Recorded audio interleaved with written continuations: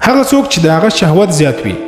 یا غلط فلمونه او دغه خراب فلمونه ګوري د دې ورته عادت سوی وي که غواړي چې د دې فلمونو نه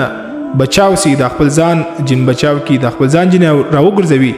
د دې لپاره یو داسې بهترینه وظیفه چې د وظیفې په برکت سره به الله رب العزت به دا کس د دې غلط فلمونو څخه د شهوت څخه د بدنظریو څخه به الله رب العزت د دې وظیفې په برکت سره به محفوظ کړي. نن سبا د موبایل دور دی د ټچ موبایل دور دی نو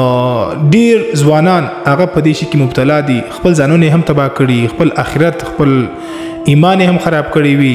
اعمال تباہ کړي او دا دومره غلطه عادت دی دومره غلطه مریضي ده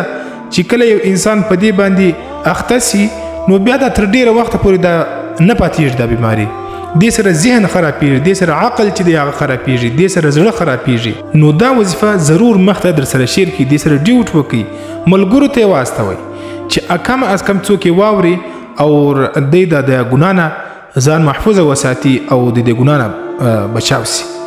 دا یو صدقه جاریه د ملګرو چې کم څوک تاسو شیر کړي کم څوک چې پر دې باندې عمل وکړي او هغه اجر کې الله تعالی تاسو ورسره شریکوي الله تعالی تاسو ته ډیر اجر درکوي.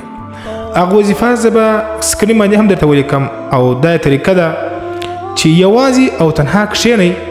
او دغه دوه اسمونه یا حمید یا باعث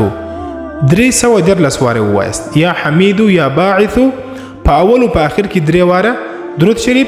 او 314 واره یوازې بکښینئ تر څو پورې د عادت ختم سوی نه وي شهوت ختم سوی نه وي نو تر هغه پورې دا وظیفه جاری ساتئ.